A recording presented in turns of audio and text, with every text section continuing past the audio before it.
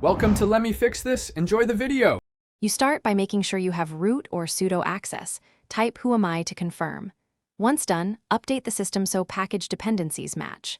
Next, install UFW, the uncomplicated firewall, with apt. After installation, check UFW status to see defaults. You do this because a clean, updated environment prevents rule conflicts and missing binaries.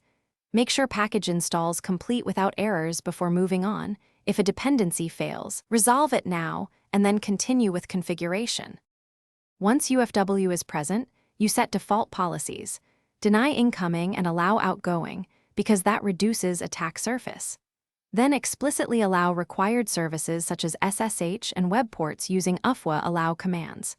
To protect SSH from brute force, apply UFW limit 22/TCP.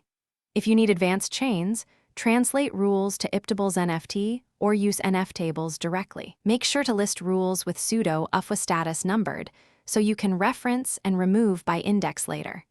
This gives you predictable, auditable firewall behavior. You enable the firewall when rules are ready.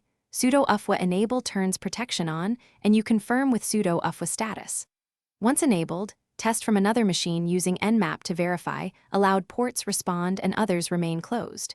Make sure logging is enabled so you can audit dropped packets. If something breaks, check /var/log/UFW. Log and kernel packet filter tables. A common fix is reordering or opening a management port. If SSH locks you out, use console access or revert via single user mode to restore access. Thanks for watching. If you found this helpful, don't forget to like and subscribe.